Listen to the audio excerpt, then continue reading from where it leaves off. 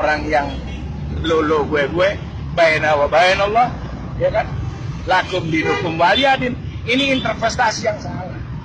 Mari kita ajak orang yang tersesat, kita ajak, kita selamatkan. Orang yang papa kita pertolongkan. Orang yang lapar kita bantu beri makanan. Itu baru agama. Karena ternyata agama lebih banyak di kalangan perutnya orang yang lapar, orang-orang yang miskin. Orang yang di sana ternyata ada agama, ada air mata, ada tangisan, bukan di orang-orang kaya ini. Kalau orang kaya sudah bermain dalam ruang logika. Zakat 2,5%, ya kan? Kalau kekayaanku 10 miliar berarti zakatku 250 juta. Tapi mana perwujudan ada orang yang zakat 250 juta? Ada? Nggak ada. Yang ada cuma nasi sebungkus sama ayam sama sambal, berharap dapat surga dari Allah dengan bahasa pahala. Kita lihat bagaimana Islam mau maju berkembang tatkala kita intoleran. Bukan intoleran dengan orang yang di luar sana, tapi intoleran dengan famili kita sendiri. Ikhwanul fiddin. Dia sama-sama bersahadat, sama-sama mengimami Al-Quran, sama-sama meyakini malaikatnya, ya kan? Tapi perilaku kita tidak pernah menyadari bahwa ada orang yang kita bantu sekitar kita. Dia ditanya, antum siapa? Ana muslim. Tapi mana? Coba kalau Anda pakai teori saya. Anda punya kekayaan 10 miliar, dizakatkan 250 juta. Ya kan? 250 juta jangan diberi nasi. Kita tanya, ada jiron kita ini orang kerjanya cuma bolak-balik. Tanya, Kif, antum apa kerja? Saya nganggur. Terus saya mau dagang. Kenapa enggak dagang? Enggak punya modal. Oke, ini ada uang. Berapa modalnya? Ya kurang lebih 20 juta. Nih pegang 20 juta. Anak pengen lihat inti dagang yang benar 20 juta. Tahun depan inti bayar zakat. Baru itu namanya rahmatan lil alamin. Rahmatan lil alamin itu apa? Dari gelap menuju terang. Orang yang nganggur jadi bekerja, orang yang lapar bisa makan, itu menjadi rahmat. Kalau cuma antum bagi-bagi nasi sebungkus, pahala sorga, lakraah ini hari, zaman udah now, orang sudah individualis, lebih percaya Google daripada percaya orang-orang bicara kebaikan. Lihat anak-anak bangsa kita itu, ya kan, mereka hidup ketersesat dalam pikiran, ya, mobil-mobil diisi pengamen. Ada kesadaran kita untuk membantu mereka, menyelamatkan mereka.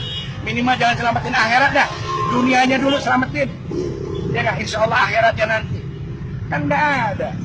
Kita begitu individu, kita seakan-akan sudah melewati tahta langit aja, seakan-akan kita ini orang benar di hadapan Allah. Padahal kita belum tentu bisa selamat. Tidak menjamin dagangan kita dibeli sama Allah. Kita ini pedagang. Kita ini pedagang amal. Yang mudah-mudahan dagangan kita dibeli Allah. Jangankan kita bisa dibeli, sah menurut furu syariat aja sudah alhamdulillah. Kita bersyukur, artinya kita ngaji. Tapi tetap kita ada wara. Wara itu berhati-hati di dalam kebenaran agama kita. Hati-hati bukan kita ini kelompok Syiah, kelompok Wahabi, kelompok Sunni, bukan itu. Berhati-hati amalan kita mendekatkan enggak dengan perilakunya Rasulullah. Karena kita ini cuma napak tilas dari perjalanannya Rasulullah. Karena tidak ada bukti otentik dalam sejarah dunia orang yang sampai kepada Tuhan kecuali Muhammad ibn Abdillah. Catat itu. Hanya Muhammad ibn Abdillah yang membuktikan bahwa dia sudah berjumpa sama Allah. Ya kan? Ada namanya Siddhartha Gautama. Dia tidak sampai pada itu. Ya kan? Ada yang orang-orang hebat tidak akan pernah sampai. Cuma satu-satu buktinya. Dan Muhammad itu adalah Al-Quran itu sendiri. Itu bukti jelas bahwa Nabi Muhammad telah sampai hadapan Allah selama 23 tahun. Dari lisannya yang mulia lahirlah Al-Quran, yang pada awalnya la hurfin wala sautin. Itu Al-Quran dari lisan yang mulia, dari hatinya yang jernih.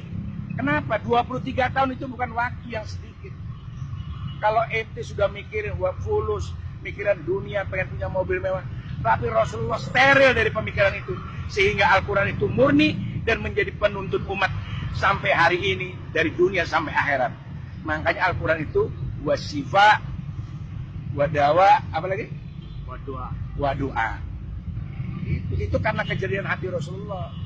Jadi mustahil kalau otaknya hubud dunia, ya kan, masih senang-senang duniawi, nggak ada itu. Jadi kalau Anda ingin menjadi orang yang berbeda, maka berbedalah engkau dalam segala perilaku daripada orang umum. Makanya Imam Ghazali sendiri memberi batasan.